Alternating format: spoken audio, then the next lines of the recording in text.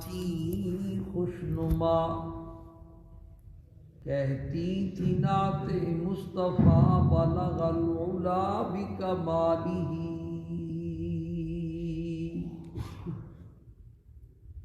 عمریاں بھی تھیں اپنے ذوق میں ڈالی تھی گردن طوق میں، کہتی تھی اپنے شوق میں کشفت دجا بجمالہ،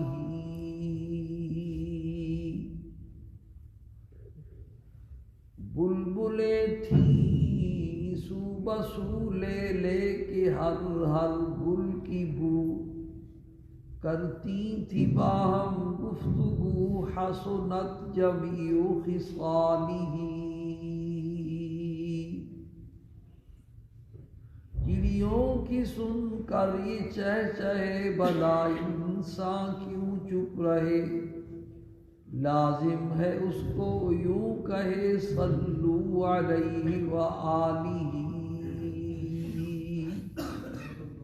اللہم صلی علی سیدنا و مولانا محمد وعلی آل سیدنا و مولانا محمد وبارک وسلم، رب اشرح لی صدری ویسر لی امری واحلل عقدۃ من لسانی یفقہوا قولی، رب زدنی علما رب زدنی عملا، سبحانک لا علم لنا الا ما علمتنا انک انت العلیم الحکیم۔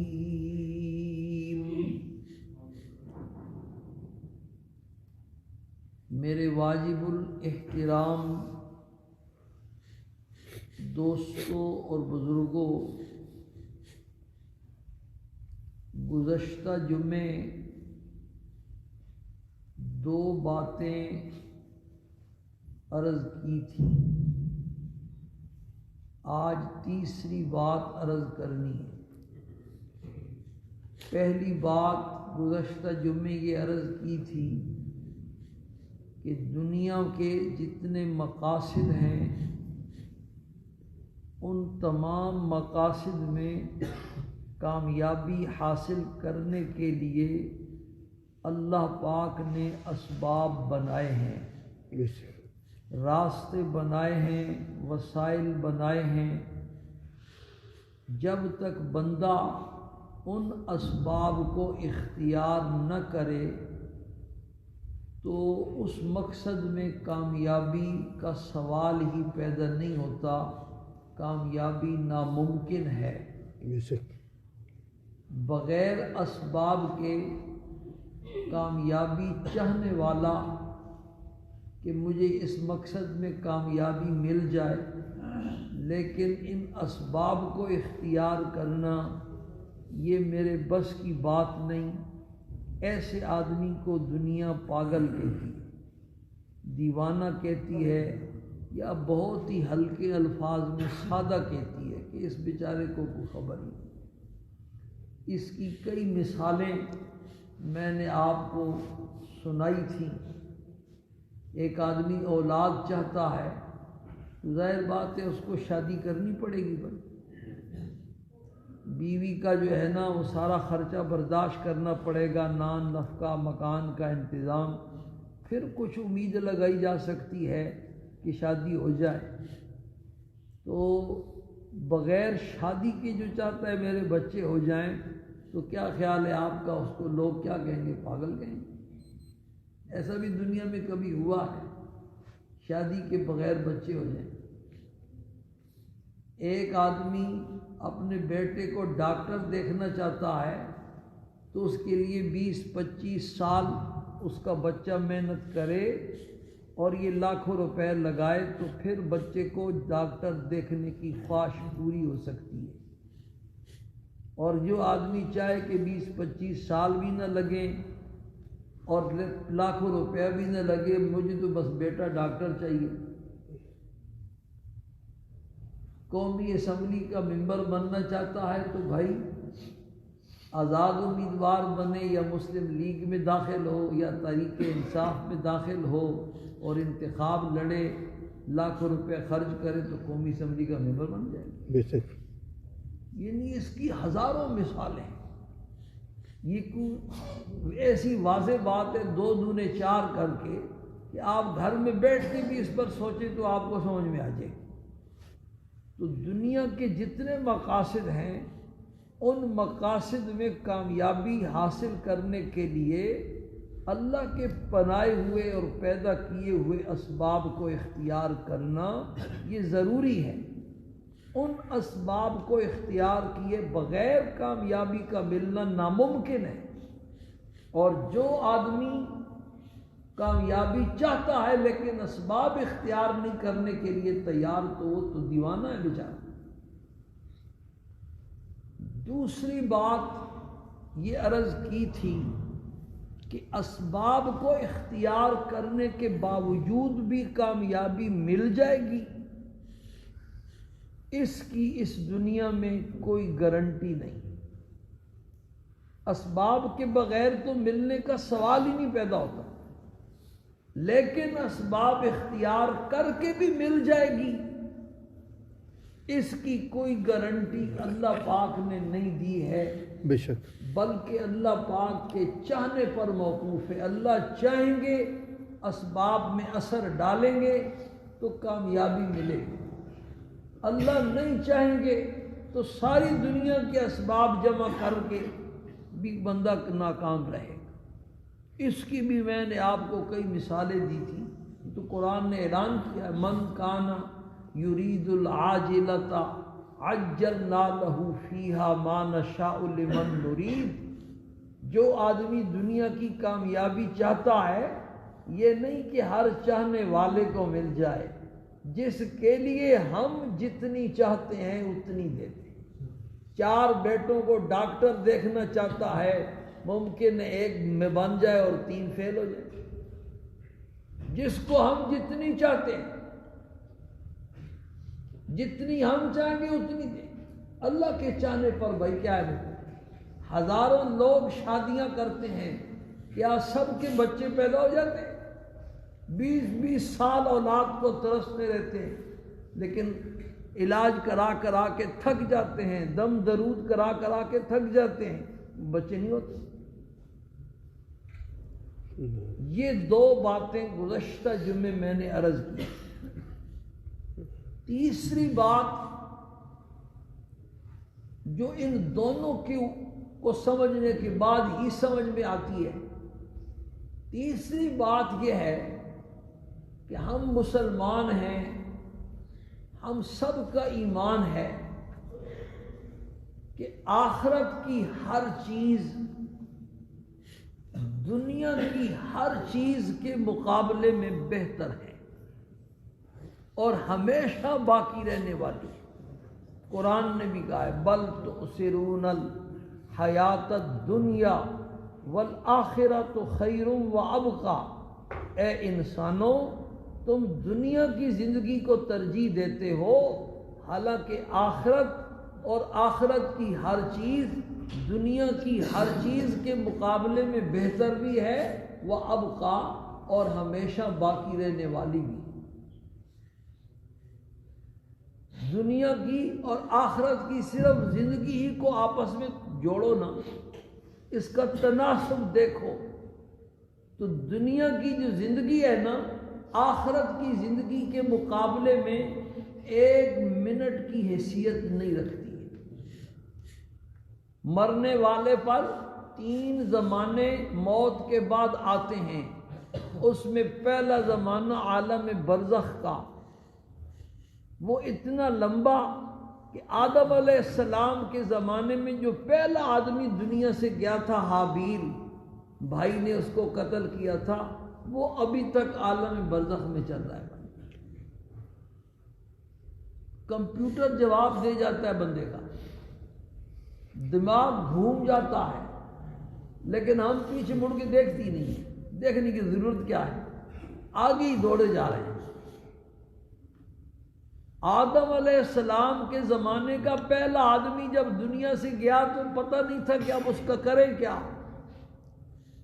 تو اللہ پاک نے کوا بھیجا، اور اس کوے کی پنجوں میں مردہ دوسرا کوا تھا، اس نے قابیل کو دکھایا، زمین کو کھود کر کے اپنے اس کو دبایا کوے کو اور اوپر مٹی ڈالی، تو قابیل کو بات سمجھ میں آ گئی بھی یہ ہے طریقہ، اس نے حابیل کو دفن کر دیا۔ اب 1,24,000 پیغمبر اور ایک روایت میں 2,24,000 پیغمبر کا تذکرہ آیا، وہ سارے دنیا میں آئے، 40 سال کے بعد ان کو نبوتیں ملی، بے شک، اور پھر اپنا اپنا وقت گزار کے چلے گئے، ان کی قوموں کو تباہ کر دیا گیا، پھر دوسرا پیغمبر آیا، اس میں 1,000 سال والے لمبی عمر والے پیغمبر نوح علیہ السلام بھی آئے۔ بنی اسرائیل کی عمریں بھی بڑی لمبی تھی، 1,000 سال لمبی عمروں والے لوگ، وہ سارے آئے۔ آخر میں عیسیٰ علیہ السلام تشریف لائے، اور عیسیٰ علیہ السلام کو اللہ نے زندہ آسمانوں پر اٹھا لیا۔ عیسیٰ علیہ السلام اور آپ صلی اللہ علیہ وسلم کے درمیان تقریباً 600 سال کا فاصلہ ہے۔ بے شک، بخاری شریف جلد اول کی آخری حدیث سلمان فارسی رضی اللہ تعالیٰ عنہ سے مروی ہے، فترۃ بین عیسیٰ و محمد صلی اللہ علیہ وسلم 600 سنہ،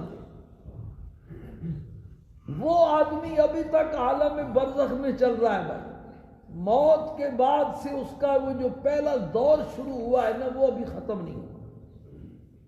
پھر آپ صلی اللہ علیہ وسلم تشریف لائے، آپ 63 سال دنیا میں رہے، پھر دنیا سے آپ بھی تشریف لے گئے، اور آپ کو دنیا سے گئے ہوئے بھی 1400 سال گزر چکے ہیں، بے شک، اور وہ بیچارہ ابھی تک عالم برزخ میں، وہ اس کے بعد جتنے لوگ گئے دنیا سے وہ سارے عالم برزخ میں چل رہے ہیں۔ اور عالم برزخ کے بارے میں اللہ کے پیغمبر کا سچا ارشاد ہے کہ بھائی اس کو مٹی کا ڈھیر مت سمجھو، یہ جنت کے باغوں میں سے باغ ہے یا جہنم کے گڑھوں میں سے ایک گڑھا ہے۔ اس کے بعد جب قیامت قائم ہوگی تو پھر پتہ نہیں کتنا زمانہ گزرے گا۔ حدیث شریف میں آتا ہے قیامت قائم ہوگی تو حساب و کتاب ہی نہیں شروع ہوگا،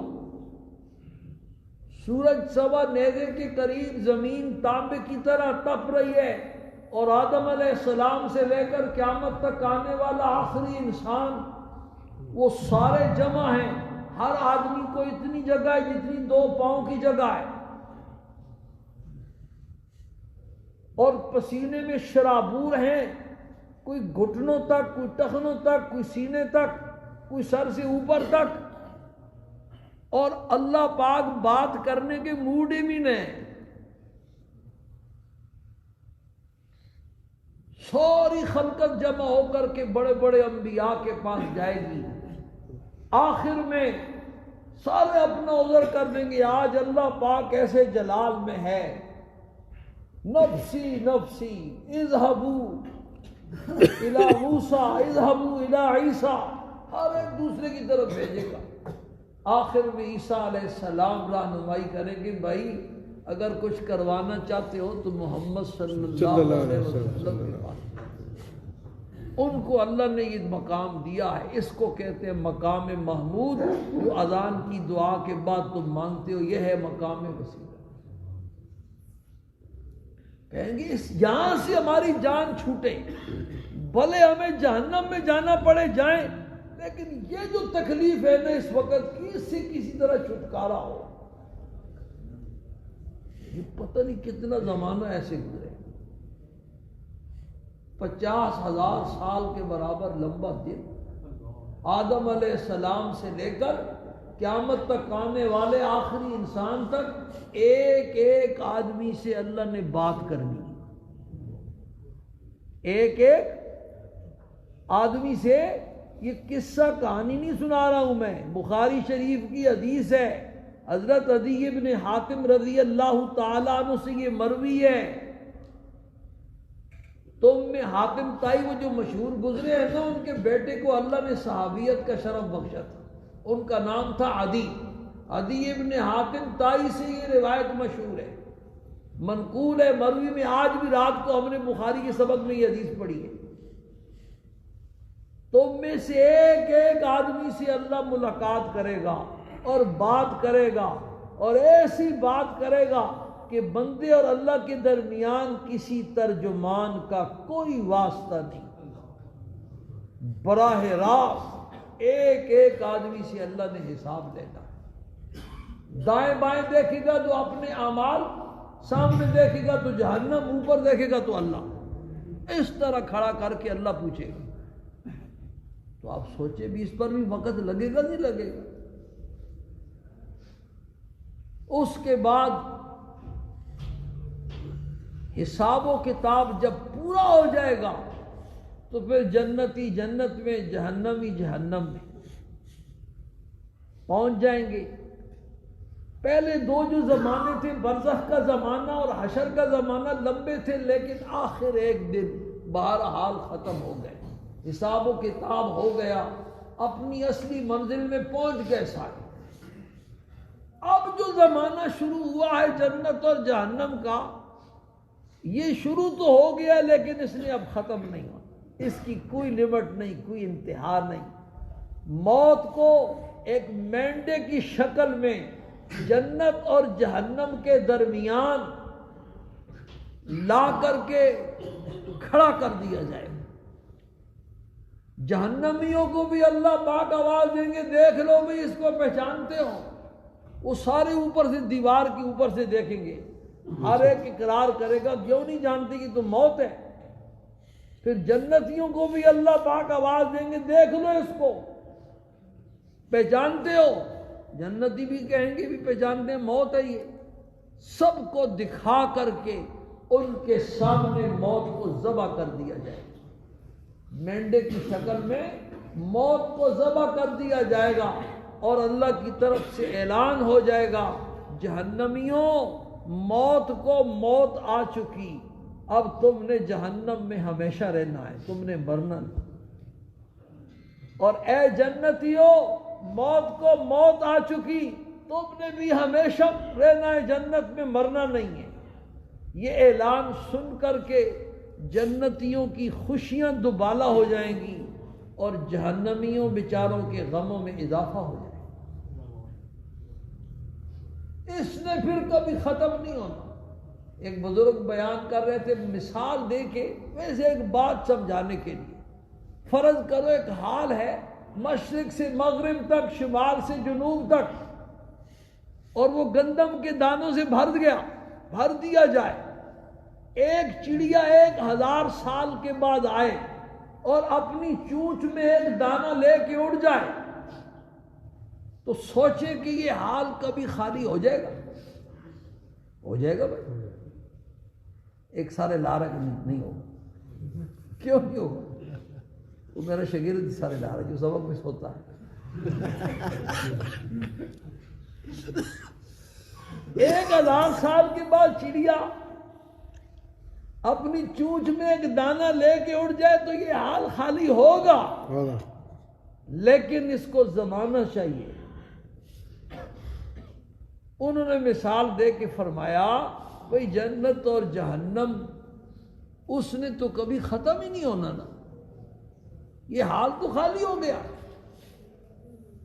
خالدون خالدون خالدون خالدون سے پورا قرآن بھرا ہوا ہے۔ جنتیوں کا تذکرہ ہے تو وہاں بھی خالدون، جہنم کا ہے تو وہاں بھی خالد۔ تو میرے دوستو، میں عرض یہ کر رہا تھا کہ دنیا اور آخرت کا مقابلہ ذرا سوچو، دل میں کیا کرو۔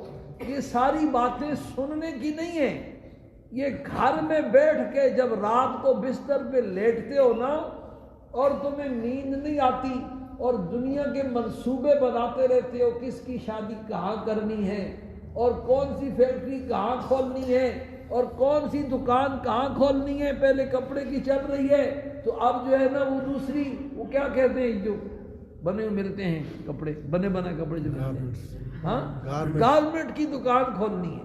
یہ منصوبے مت سوچا کرو، یہ باتیں سوچنے کی ہیں لیٹ کے، یہ سوچا کرو کہ ہوگا کیا.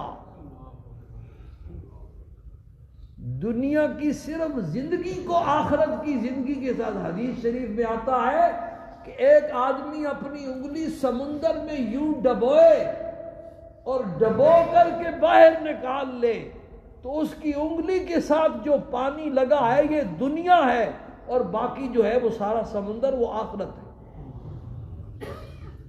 دنیا کی کسی چیز کو آخرت کی کسی چیز سے کوئی نسبت ہی نہیں. بے شک. نہ دنیا کی خوشی کو آخرت کی خوشی سے کوئی نسبت ہے، نہ دنیا کے غم کو آخرت کے غم سے کوئی نسبت ہے، کوئی نسبت ہی نہیں ہے. نہ دنیا کی اس غیر یقینی زندگی کو آخرت کی نہ ختم ہونے والی زندگی سے کوئی نسبت ہے. تو پہلی دو باتوں کا خلاصہ کیا تھا بھائی؟ کہ دنیا کی کامیابی کے لیے اللہ نے اسباب بنائے ہیں، بے شک. ان اسباب کو اختیار کیے بغیر جو اپنے بیٹے کو ڈاکٹر بنانا چاہتا ہے، فوج کا جنرل کرنل بنانا چاہتا ہے، انجینئر بنانا چاہتا ہے، قومی اسمبلی کا ممبر بننا چاہتا ہے، یا اپنی اولاد کی اس کو خواہش ہے، ان اسباب کو اختیار کیے بغیر چاہتا ہے یہ سب کچھ ہو جائے، تو وہ تو پاگل اور دیوانہ ہے. اور اسباب کو اختیار حاصل کر کے بھی پھر مل جائے پھر بھی کوئی گارنٹی نہیں. تو ایسی آخرت جس کو دنیا سے کوئی نسبت ہی نہیں، اس کی کامیابی حاصل کرنے کے لیے کوئی سبب نہیں ہے بھائی، کوئی راستہ نہیں ہے، کوئی طریقہ نہیں ہے، کوئی ذریعہ نہیں ہے کہ ہم سارے اس سبب کو اختیار کر کے آخرت کی کامیابی حاصل کر لیں. بغیر سبب کے آخرت کی کامیابی چاہنے والے کو اللہ کے پیغمبر نے پاگل کہا ہے. سرکار دو عالم صلی اللہ علیہ وسلم کا ارشاد ہے، القیس من دانا نفسہ وعمل لما بعد الموت. بڑا عقل مند ہے وہ آدمی جس نے اپنے آپ کو یوں قابو کر لیا، اپنے دل کو مٹھی میں کر لیا، اپنے نفس کو مٹھی میں کر لیا، قابو کر لیا.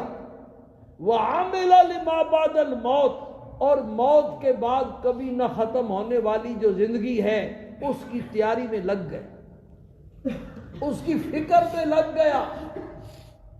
وہ آدمی بڑا عقل مند ہے، اصل سمجھدار وہ آدمی ہے. بے شک. والعاجز من اتبع نفسہ ہواہا وتمنا علی اللہ، اور بے وقوف ہے وہ آدمی، بے وقوف اور دیوانہ ہے وہ آدمی جس نے اپنے نفس کو تو اس کی خواہشات کے پیچھے لگا دیا. جو دل میں آیا کیا، جو دل میں آیا پہنا، جو دل میں آیا کھایا، جہاں دل کیا چلے گئے، اور جہاں دل سے دل کیا واپس آ گئے، کوئی پرواہ ہی نہیں ہے. من اتبع نفسہ ہواہا، نفس کو خواہشات کے پیچھے لگا دیا. وتمنا علی اللہ، اور بڑی امیدیں لگائے بیٹھا ہے کہ اللہ پاک کی ذات بڑی غفور الرحیم ہے. اگر اللہ کی ذات غفور الرحیم ہے تو اللہ کی ذات رزاق بھی ہے نا بھائی. دفتر کیوں جاتے ہو؟ بچوں کو کیوں پڑھاتے ہو؟ رزق کا تو اس نے وعدہ کیا ہوا ہے. بے شک. اور رزق بندے کو ایسے تلاش کرتا ہے جیسے موت تلاش کرتی ہے. وَمَا مِن دَابَّةٍ فِي الْأَرْضِ إِلَّا عَلَى اللَّهِ رِزْقُهَا، زمین پر کوئی چلنے والا ایسا نہیں جس کی رزق کا ذمہ اللہ نے نہ اٹھایا ہے. حدیث میں آتا ہے کہ تم اگر اللہ پر توکل کرو اور ایسا توکل کرو جیسے حق ہے توکل کرنے کا، تو تمہیں اللہ پاک ایسے رزق دے گا جیسے پرندے خالی پوٹے جاتے ہیں اور شام کو بھرے ہوئے پیٹ واپس آتے ہیں. تو اگر اللہ غفور الرحیم ہے تو اللہ رزاق بھی ہے نا بھائی. بے شک. اس کے رزاق پر یقین کر کے گھر میں کیوں نہیں بیٹھتے؟ بچوں کو مولوی نہیں بناتے، مفتی نہیں بناتے، حافظ نہیں بناتے، قاری نہیں بناتے کہ کھائیں گے کہاں سے،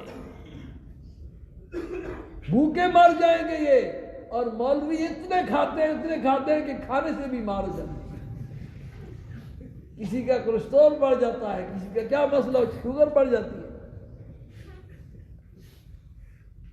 تو بھائی بغیر اسباب کے دنیا کی کامیابی چاہنے والے کو لوگ کیا کہتے ہیں؟ پاگل۔ اور آخرت کی کامیابی بغیر اسباب کے چاہنے والا، بغیر سبب کے چاہنے والا، بغیر اس طریقے کے چاہنے والا جو طریقہ اللہ نے اور اللہ کے پیغمبروں نے بتلایا ہے، اس طریقے کے بغیر جو آخرت کی کامیابی چاہتا ہے، اس کو اللہ کے آخری پیغمبر نے پاگل کہا ہے۔ الکیس من دانا نفسہ وعمل لما بعد الموت، بڑا عقل مند ہے وہ آدمی جس نے اپنے نفس کو قابو کر لیا اور موت کے بعد والی کبھی نہ ختم ہونے والی زندگی کی تیاری میں لگ گیا۔ والعاجز من اتبع نفسہ ہواہا، اور بڑا بے وقوف ہے وہ آدمی جس نے اپنے نفس کو خواہشات کے پیچھے لگا دیا۔ وتمنى علی اللہ، اور اللہ کے بارے میں بڑی امیدیں لگائے بیٹھا۔ تو تیسری بات آج یہ بیان ہوئی کہ جیسے بھائی دنیا کی کامیابی کے لیے اسباب ہے نا، اسی طرح آخرت کی کامیابی کے لیے بھی اسباب ہے۔ دنیا اور آخرت کو تو کوئی نسبت ہی نہیں ہے۔ دنیا اللہ کی نظروں میں ایسی کمینی، ایسی ذلیل ہے، حدیث شریف میں آتا اگر یہ دنیا مچھر کے پر کے برابر بھی اس کی کوئی قیمت ہوتی نا اللہ کے ہاں، تو اللہ پاک کافروں کو پانی کا ایک گھونٹ بھی نہ دیتے۔ لیکن اللہ کی نظروں میں اس کی کوئی وقت ہی نہیں۔ اس کی کامیابی کے لیے تو راستہ ہو، سبب ہو، اور آخرت اتنی بڑی اور اس کی کامیابی کے لیے کوئی سبب بھی نہ ہو، بیٹھے بیٹھائے گھر میں اللہ پاک پھینک دے جولی میں، یہ ممکن نہیں۔ اب وہ کیا سبب ہے وہ اگلے جمعے بیان ہوگا، لیکن اگر آپ ٹائم پہ آئے تو میں بڑی ترتیبیں بناتا ہوں، کسی طرح آپ پھنسے، بڑے جال لگاتا ہوں، لیکن آپ بڑے ہوشیار ہیں، آپ کو پھنسنا۔ پہلی بات کہتا ہوں، پھر دوسری کہتا ہوں کہ دل میں کوئی گدگدی پیدا ہو بھی تیسری کیا بات ہوگی، پھر تیسری سناتا ہوں، دل میں خیال پیدا ہو بھی چوتھی کیا ہوگی، سوال ہی پیدا نہیں ہوتا۔ وہ ٹی وی کے ڈراموں کی قسطیں تو آپ کو یاد ہیں، آج پہلی قسط ہے، کل دوسری قسط ہے، پرسوں تیسری قسط ہے۔ امام صاحب کو آ کر کہتے ہیں مولوی صاحب آج نماز جلدی پڑھانا، قسط آج دوسری قسط ہے۔ کرکٹ کا میچ ہے آج قرات آپ نے لمبی نہیں کرنی ہے۔ اللہ کے بندو، یہ انڈے جو ہے نا، وہ انڈے بھی آپ نے لینے چھوڑ دیے۔ انڈوں والی جو قربانی تھی نا، اس سے بھی آپ اب محروم ہوتے جا رہے، وہ انڈے بھی ٹوٹ رہے ہیں۔ اللہ پاک ہم سب کو سمجھ نصیب فرمائے اور دین کی قدر اللہ پاک ہمیں نصیب فرمائے۔ وآخر دعوانا الحمدللہ رب العالمین۔